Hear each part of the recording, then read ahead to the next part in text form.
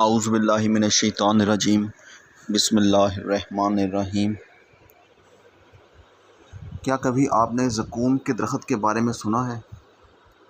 پروردگار قرآن مجید میں فرماتا ہے کہ اس کے خوشے شیاطین کے سروں جیسے ہیں۔